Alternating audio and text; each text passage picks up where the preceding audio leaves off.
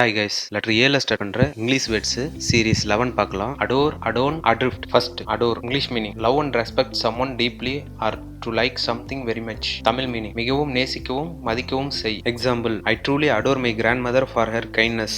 என் பாட்டியின் கனிவுக்காக நான் அவரை உண்மையாக நேசிக்கிறேன். Children adore their pets and treat them like family. குழந்தைகள் தங்களுடைய செல்லப்பிராணிகளை மிகவும் நேசித்து குடும்ப உறுப்பினராக கையாளுகிறார்கள். She adores painting and spends hours doing it. அவள் ஓவியம் வரையும்போது மிகவும் விரும்புகிறாள். மணி நேரங்களாக அதில் நேரத்தை செலவழிக்கிறாள். They adore their teacher for being patient and understanding. அவர்களின் ஆசிரியர் பொறுமையுடன் மற்றும் புரிந்துணர்வுடன் நடப்பதற்காக அவர்கள் அவரை மிகவும் மதிக்கிறார்கள். Many people adore the singer for his soulful voice. அந்த பாடகரின் ஆன்மாவை தொட்ட குரலுக்காக பலர் அவரை மிகவும் நேசிக்கிறார்கள். Next word adorn. English meaning decorate or make more beautiful or attractive. Tamil meaning அலங்கரிக்க, அழகுபடுத்த அல்லது சிங்கரமாக்கு. Example, she adorned her hair with jasmine flowers. அவள் தன் முடியை மல்லிகை பூக்களால் அலங்கரித்தாள். The temple walls are adorned with ancient carvings. கோவிலின் சுவர்கள் பழமையான செதுக்கப்பட்ட வடிவங்களால் அலங்கரிக்கப்பட்டுள்ளன. He adorned the living room with new curtains and painting. அவன் மாடி அறையை புதிய திரை மற்றும் ஓவியங்களால் அலங்கரித்தான். The bride was beautifully adorned in silk and gold. மணப்பெண் பட்டுப்புடவை மற்றும் தங்க நகைகளால் அழகாக அலங்கரிக்கப்பட்டிருந்தாள். Colorful lights adorned the entire street during the festival. விழா காலத்தில் முழு தெருவும் வண்ணமயமான விளக்குகளால் அலங்கரிக்கப்பட்டது. Next,